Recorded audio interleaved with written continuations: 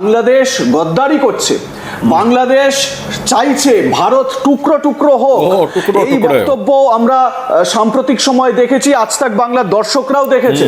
আমার প্রশ্ন হচ্ছে যে এই যে বাংলাদেশ তোমরা গদ্দার বা বাংলাদেশকে গদ্দার বলা হচ্ছে এবং পাক সেনা আধিকারিকের তরফ থেকে, শীর্ষ সেনা আধিকারিকের তরফ থেকে বলা হচ্ছে। अस्सलाम वालेकुम दोस्तों, मैं हूं एहसान खान और आप देख रहे हैं यूट्यूब चैनल एहसान रिएक्शन विद एहसान। दोस्तों आपको बताएं कि वेस्ट बंगाल का मीडिया और एक एक्स आर्मी ऑफिसर हिंदुस्तान के वो बांग्लादेश को क्या कुछ कह रहे हैं। बांग्लादेश को गद्दार कह रहे हैं और फिर ये भी कह रहे हैं कि बांग्लादेश एहसान फरामोश है, नमक हराम है। किस तरह से 1971 में इसी मंथ दिसंबर में वो कह रहे हैं कि हमने बांग्लादेश की मदद की, बांग्लादेश को आज़ादी दिलवाई पाकिस्तान से, और उस पाकिस्तान से के साथ अब वो अपने रिलेशन को बेहतर कर रहा है, लेकिन वो रिलेशन हमारे साथ खराब कर रहा है। इंडिया को किस तरह से तोड़ने की साजिश की जा रही है, क्या कुछ प्लानिंग हो रही है, कौन कौन से जनरल्स बांग्लादेश में आ रहे हैं, और फिर इसमें तीसरा बड़ा मुल्क भी कूद चुका है। इंडिया को इसको लेकर के सिक्योरिटी कंसर्न भी है और ख़तरा भी है, जिसको लेकर दोस्तों आपको बताएं कि जो एक्स आर्मी ऑफिसर्स हैं वो इसके ऊपर काफ़ी टेंशन में हैं। उन्हें डर है कि भाई कोई बड़ा हमला ही ना हो जाए, और कैसे वो आग निकाल रहे हैं। वीडियो देखने वाली है। सबसे पहले हम जाएंगे, वीडियो देखेंगे, फिर दोस्तों इसके ऊपर हम डिटेल से बात करेंगे। जुड़े रहिएगा, आखिर तक इस वीडियो को जरूर देखिएगा। 3, 2, 1 एंड क्यू। এই কথাটা টাইটেল থাম্বনেলে আপনারা যেটা দেখলেন, এই কথাটা কে বলছেন সেটা আপনাদের দেখাবো, এবং ভারত বিরোধী একটা যে পরিস্থিতি বাংলাদেশে অনেক দিন ধরে, সেটা ইউনূসের উত্থান, বাংলাদেশে শেখ হাসিনার পতনের পর, শেখ হাসিনার সরকারের পতনের পর থেকে যে চলছে, ভারত বারবার, ভারতীয় সংবাদ মাধ্যম বারবার সে কথা প্রকাশ্যে এনেছে। ভারতের অবস্থান যদি আমরা দেখি, ভারত কিন্তু এটা স্পষ্ট করেছে যে সেখানে বাংলাদেশে একটি নির্বাচিত সরকার আসুক, গণতান্ত্রিক পরিসর তৈরি হোক, তারপর আমরা তোমাদের সঙ্গে আলোচনায় যাব।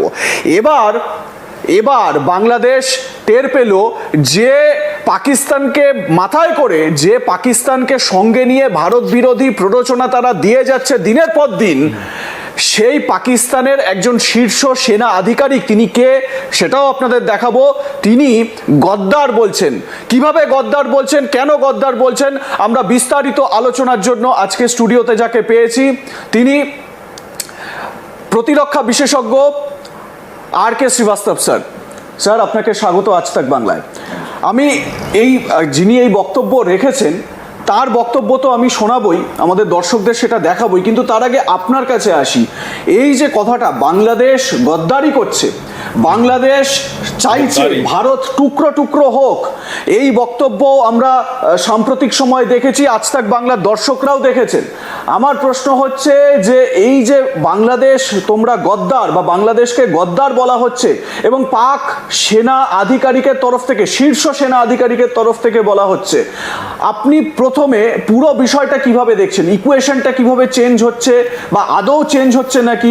একটা তো কমন এজেন্ডা রয়েছেই, ভারত বিরোধিতা, সেটা পাকিস্তান বাংলাদেশের দুই তরফেই কিন্তু ভারত বিরোধিতার এজেন্ডা কমন, কিন্তু তারপরেও এই যে গদ্দার কথাটা বলা হচ্ছে, এটা কেন?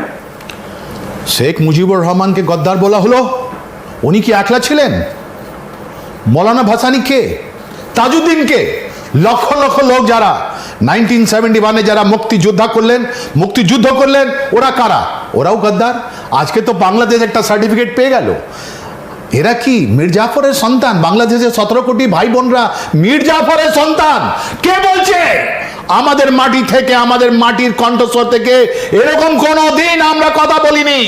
এটা উঠে আসছে আপনার পাকিস্তান থেকে আর ওদের সেনা থেকে। বাংলাদেশ মানুষ শুনে নিন, আপনাদেরকে যা বলা, এই যা দেওয়া হচ্ছিল, কথা বলা হচ্ছিল কি আমরা ভারতের আগেনস্টে আছি, আমরা তো সার্টিফিকেট দিইনি, আমাদের জন্য আপনারা ভাই বোন আছেন, কিন্তু আপনারা গদ্দার আছেন, আপনারা মীর জাফরের সন্তান। আর এই কথাটা কে বলছে?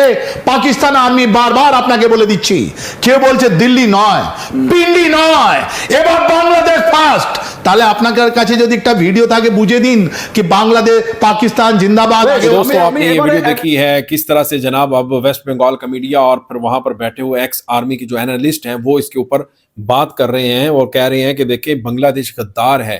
और जिस तरह से पाकिस्तान बांग्लादेश को कहा करता था जब शेख हसीना की हुकूमत थी कि ये गद्दार हैं, अब हम कहते हैं कि बांग्लादेश गद्दार है क्योंकि बांग्लादेश इसलिए गद्दार है, हमने आज़ादी दिलवाई इनको, हमने इनको छोटा भाई समझा, हमने इनको खाने पीने के लिए दिया, हमने बांग्लादेश बनाया, हमने इनको आज़ादी दिलवाई इसी दिसंबर के महीने में 1971 में। लेकिन आज ये हमारे ही गले पड़ गए हैं, आज ये हमारे ही खिलाफ हो चुके हैं। दोस्तों इस तरह की वेस्ट बंगाल का मीडिया बातें कर रहा है, यानी आग फूंक रहा है अपनी जुबान से।